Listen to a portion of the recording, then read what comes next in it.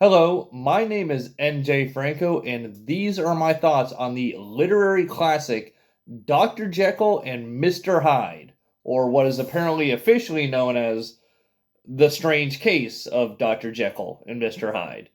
So, I feel like most people are familiar with at least the general story of Dr. Jekyll and Mr. Hyde, but for those of you who don't know, it's basically a story about this scientist who takes this potion and he becomes this arguably evil alter ego and, terrorizes the town of London.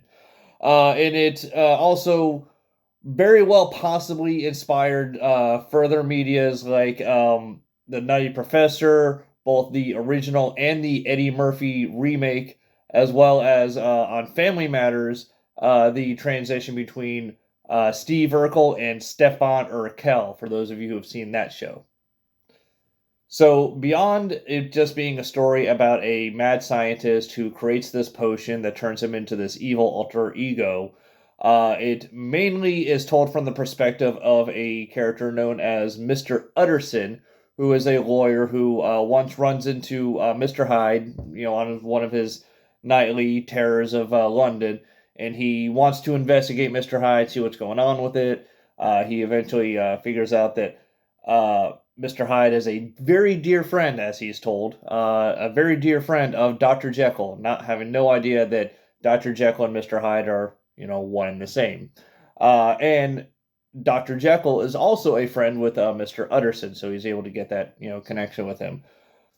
Now, here's the part of the story I really didn't like. So, after Mr. Utterson spends some time, investigating, trying to figure out what's going on, and he makes some progress in his investigation and starts to figure some things out. For some reason, the author, Robert Louis Stevenson, just decides, you know what? I'm just going to go ahead and end this story. I'm done writing this. So he writes an ending to the story, and it's very lazily written, okay? So basically what happens, and this is a minor spoiler, Mr. Hyde dies. I'm not going to say how he dies. I'll go into more detail about that in a little bit. But so Mr. Hyde dies. And because Mr. Hyde dies, so does Dr. Jekyll, because they're both one and the same.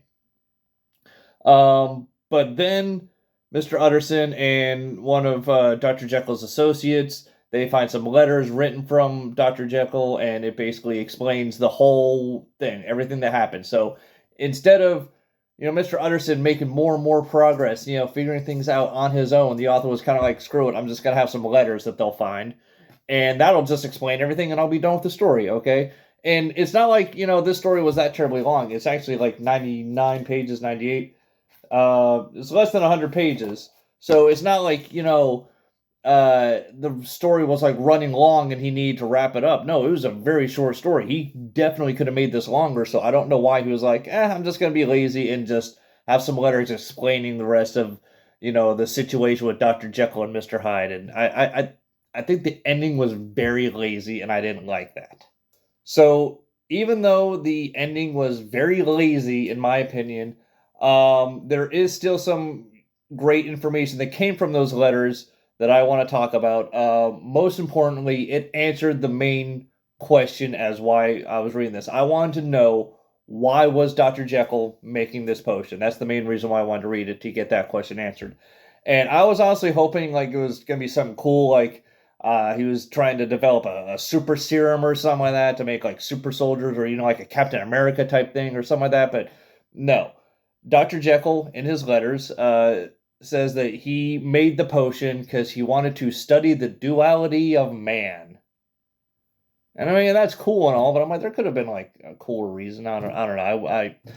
But so he wanted to study the duality of man, and basically he says that each man or each person has a good side and an evil side, and by drinking this potion, he's able to unleash his darker side with completely unobstructed by having a conscience and stuff like that. So he drinks this potion to study and explore his darker side. Now, with his desire to study the duality of man and conduct these experiments with this potion, I think Dr. Jekyll was a terrible scientist in this aspect because like he had no precautions, no safety, no nothing. It was basically, I'm gonna drink this potion. We're gonna see what happens, and I'm gonna unleash the effects of this potion on the unsuspecting people of London. If Dr. Jekyll was a true scientist, and I guess even though they never call him a mad scientist, I guess technically he's a mad scientist. But anyway, if he was a true scientist, or at least the way I understand a scientist should act, he should have had some safety measures in place. He should have either like had an assistant that he trusted to kind of like watch over him and be like his handler almost, or he should have like locked himself in a room so he couldn't hurt anybody. He didn't know what this was going to do, and he was just kind of like, drink it, let's see what happens. No concern for safety or anything like that. Okay. Furthermore, even after he drank the potion for the first time. So he admits that while he does not have control of himself as Mr. Hyde, he does have recollection of being Mr. Hyde. He remembers everything he does as Mr. Hyde. He just has no control of what he does, but he does remember what he does as Mr. Hyde. Okay, so he knows what kind of person he is as Mr. Hyde.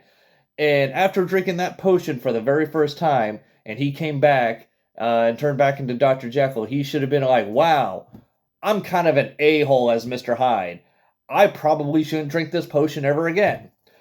But instead, he's like, I'm going to drink this again because this was fun and whatnot. And then so he drinks it a couple more times and he does more antics. And then eventually he kills somebody as Mr. Hyde. And that's when a smart person would have been like, okay, now I've killed somebody while, under the effects of this potion. I really, really shouldn't drink this potion again. And yet he still does. And it gets to the point where he's drank this potion so frequently that he now occasionally turns into Mr. Hyde against his will, and that's when he's like, okay, now I need to stop taking it. Now I've gone too far, but he's already too far gone at this point.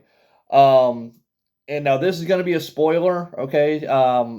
So I know that I said earlier in this video that Mr. Hyde dies, but I didn't say how. So Dr. Jekyll decides to turn into Mr. Hyde, drinks some poison, and he intentionally kills himself. So that's how he dies.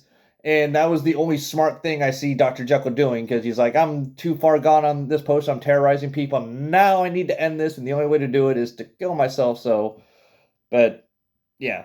But yeah, that's really all I got. I mean, it was a relatively short book, so there's not much for me to say. I will say of all the classic books I've read, because I'm on a bit of a quest to read, more classic literature in my life.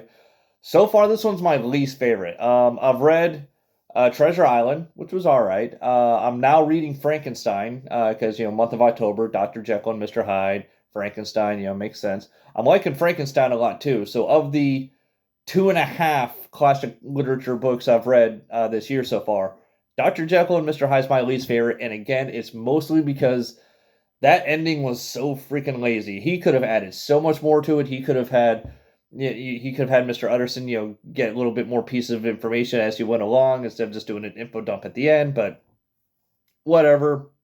Those are my thoughts on Dr. Jekyll and Mr. Hyde, or excuse me, the strange case of Dr. Jekyll and Mr. Hyde. But anyway, that's it for me. And as always, thank you for watching.